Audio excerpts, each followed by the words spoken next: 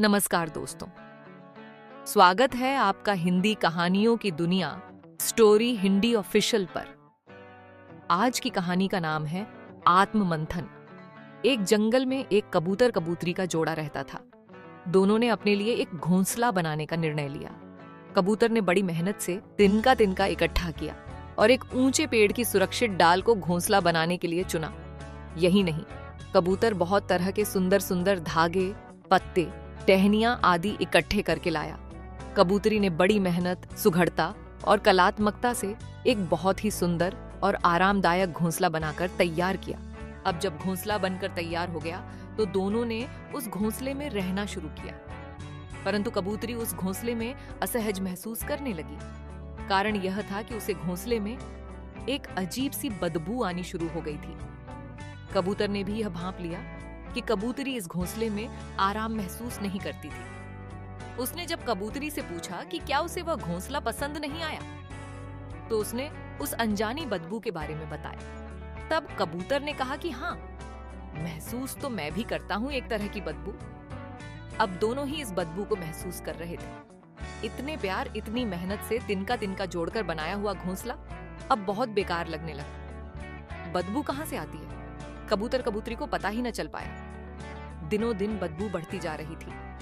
अंततः उन्होंने उस घोंसले को छोड़ने का निर्णय किया और फिर वे दोनों उस घोंसले को छोड़कर उड़ गए। अब उन दोनों ने पुराने घोंसले वाली जगह से बहुत दूर एक नए पेड़ का चुनाव किया। फिर से तिनका जोड़कर मेहनत से एक नया घोंसला बनाया। लेकिन वहां पर भी वही समस्या आ गई। बदबू आती कहां से है ये पता नहीं चल रहा था, बस बदबू आ रही थी। और फिर हार कर जब कुछ समझ ना आया और बदबू असहनीय हो गई तो हार कर उन्होंने उस घोंसले को भी छोड़ दिया। अब उन्होंने बुझे मन से तीसरी जगह फिर से घोंसला बनाना शुरू किया। अब उनमें न तो पहले वाला उत्साह था और न ही हिम्मत। बस रहने के लिए एक काम चलाऊ घोंसला बनाना था, तो उन्होंने बनाना शुरू किया। कबूतर ने बहुत सावधानी से बिल्कुल साफ सुथरी जगह से तिनके इकट्ठे किए। जब घोंसला बन गया तो उन्होंने उसमें रहना शुरू किया। लेकिन उस दमघोंटू बदबू ने यहाँ भी उनका पीछा नहीं छोड़ा। थक हार कर उन्होंने अपने एक बुजुर्ग चतुर कबूतर से सलाह लेने की सोची और उनके पास जाकर सारी बात बताई। अब चतुर कबूतर उनके घोंसले में गया, आसपास घूमा फिरा और फिर सारी बात समझकर हंसने लगा। कबूतर और कबूतरी उसकी इस प्रतिक्रिया से हैरान परेशान उसका मुंह देख रहे थे। अब उसने हंसना बंद किया और दोनों से बोला, घोंसला बदलने से यह बदबू नहीं जाएगी। बदबू घोंसले में नहीं, तुम्हारे अपने शरीर से आ रही है। जब तुम खुले आसमान में उड़ते रहते हो तो खुली हवा में तुम्हें अपनी बदबू महसूस नहीं होती, मगर घोंसले में घुसते ही तुम्हें यह महसूस होती है और तुम समझते हो कि बदबू घोंसले से या आसपास कहीं से आ रही है। चाहे तुम दोनों 100 घोंसले बदल लो, जब तक खुद को नहीं सुधारोगे समस्या हल नहीं होगी। सबसे पहले खुद को देखो, अपनी खुद की साफ सफाई करो, फिर तुम्हें यह बदबू नहीं आएगी। अब दोनों ने ही यह महसूस किया कि चतुर कबूतर ठीक कह रहा था। अपनी स्वयं की साफ सफाई के अभाव में दोनों ही के शरीर बदबूदार हो गए थे।